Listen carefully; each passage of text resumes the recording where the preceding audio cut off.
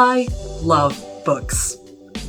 But I also suffer from shiny book syndrome. So sometimes I'll be really into a book and then another one will catch my eye, so I just have to check that one out before I finish the first one. So, what I did to remedy that habit once and for all was I started a book club. Yep. In this video, I'll tell you a bit about why I started the club, how it's been going, and also show you what we've read over the past several months. Can you predict what is on this list? Stick around and find out.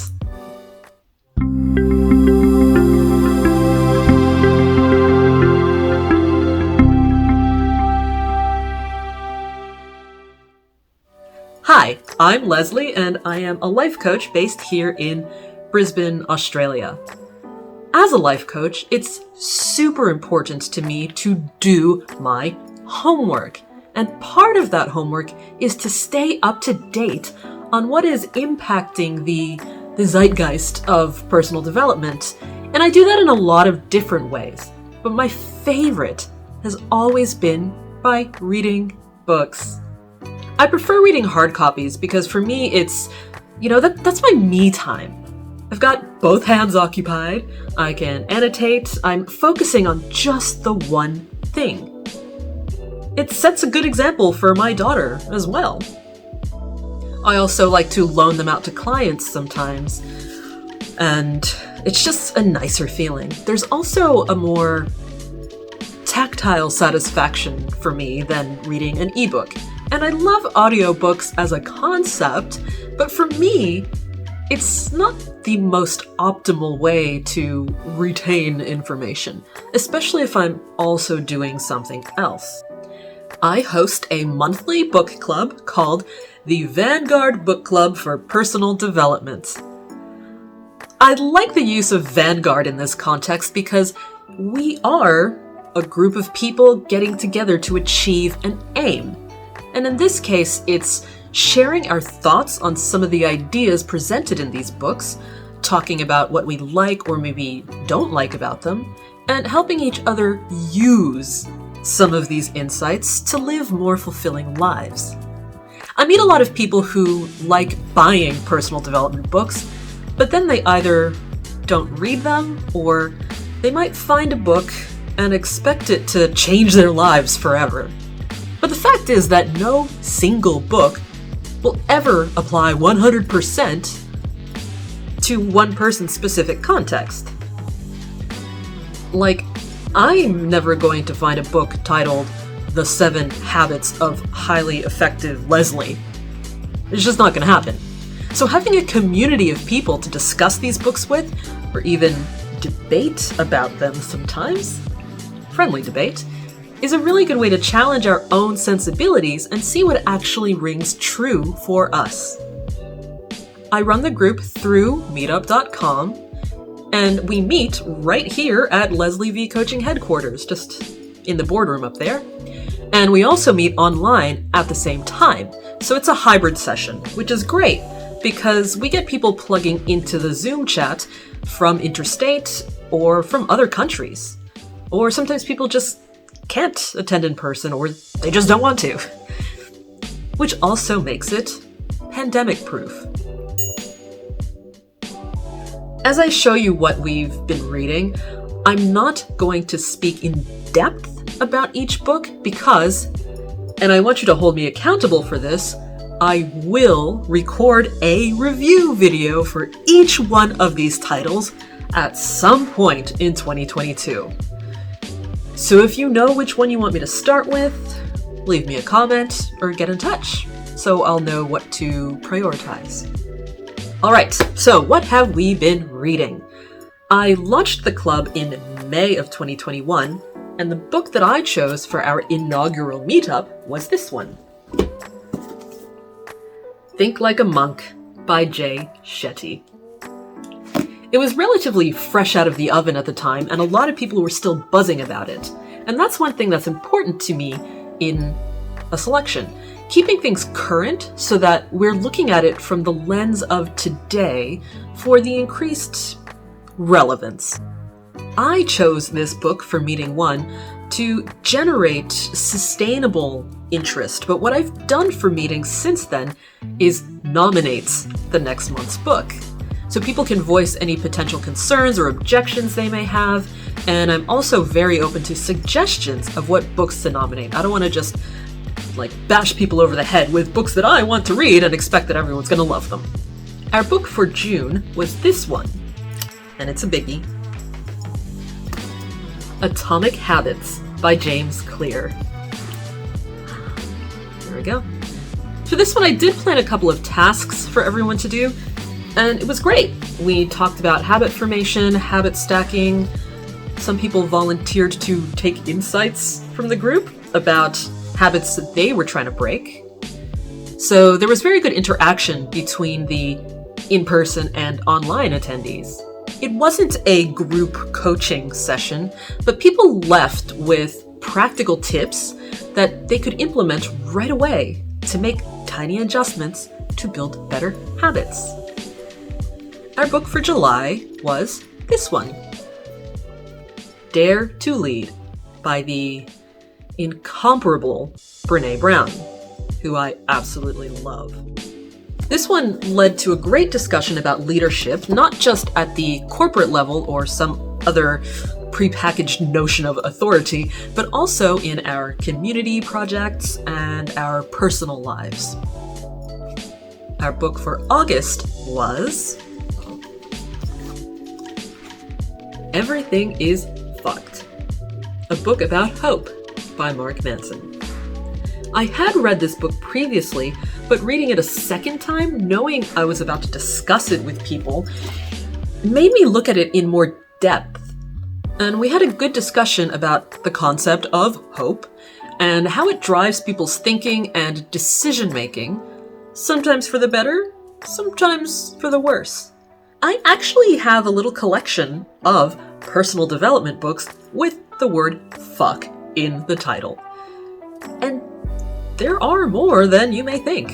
I have about 10 so far just on my bookshelf in my office, and there are more than that.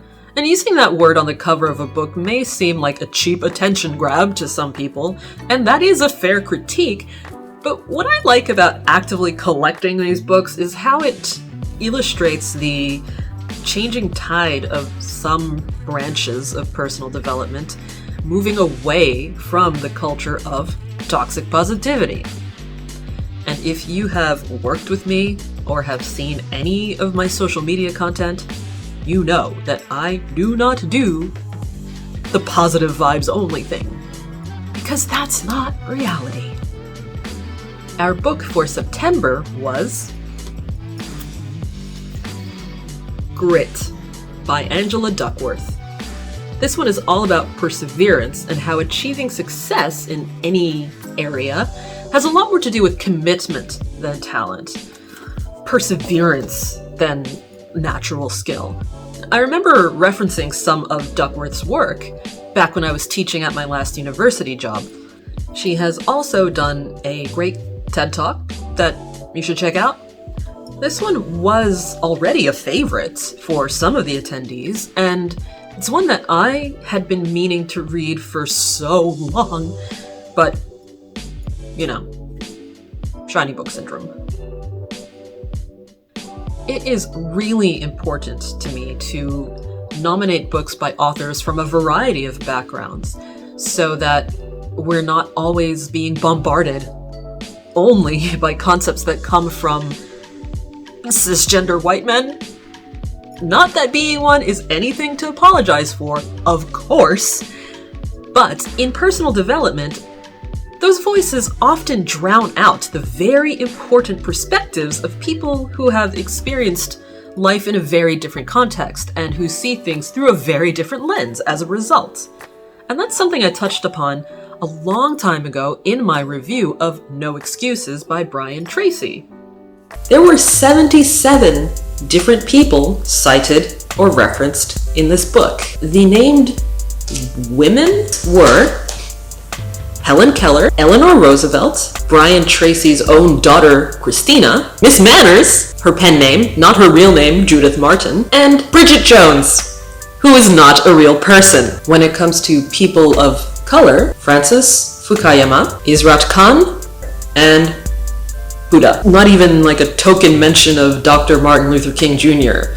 I hadn't heard of Israt Khan before, but apparently neither has Google.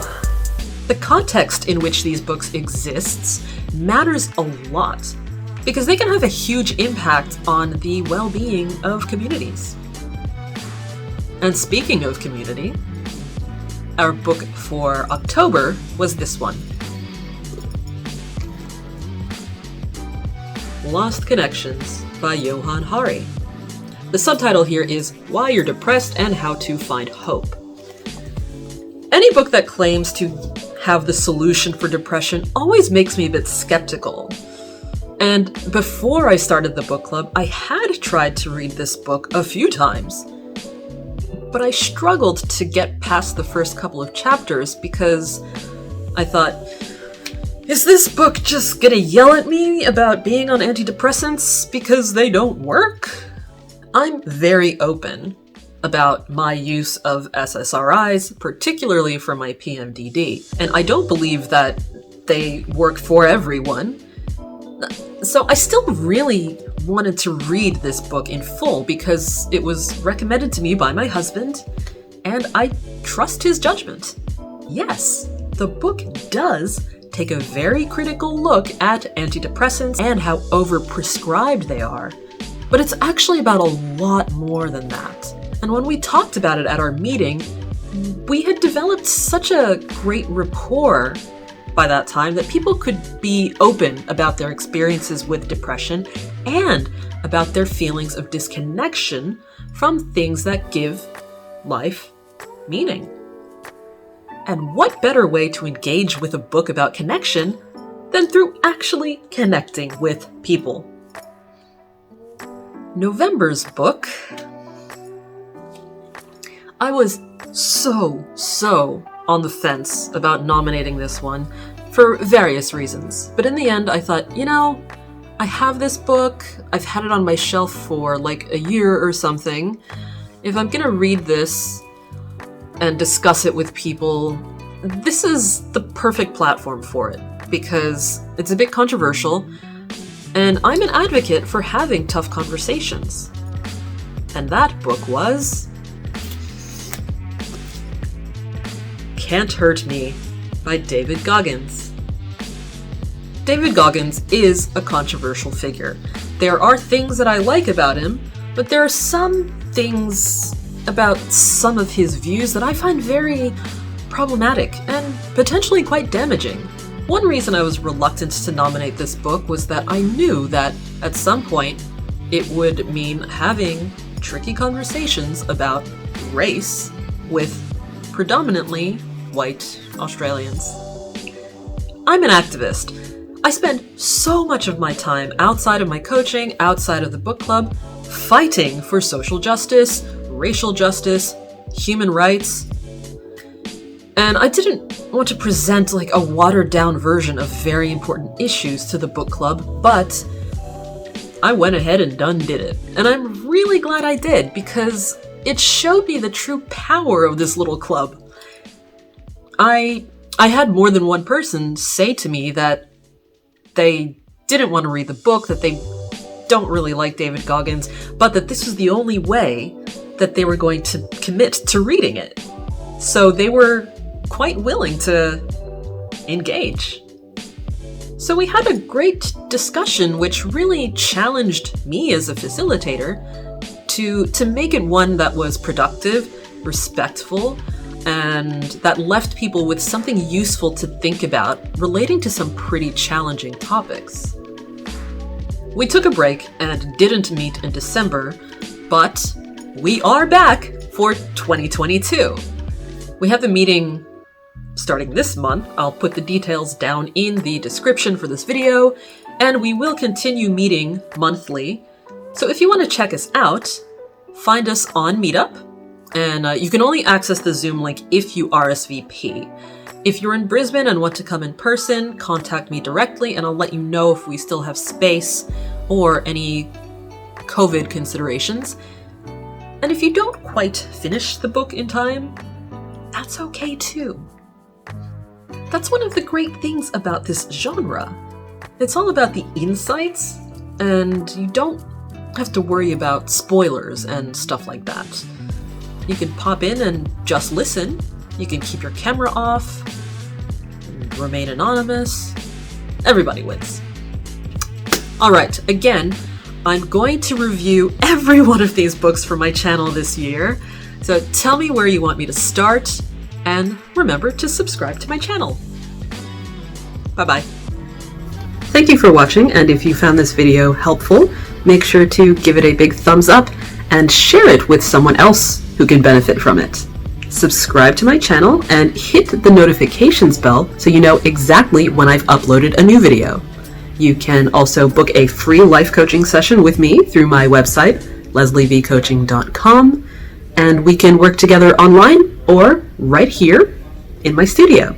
Follow me on my socials to keep up with what I'm doing, and please get in touch with any questions, comments, or video ideas you may have. I'm Leslie V, and I'll see you in the next video.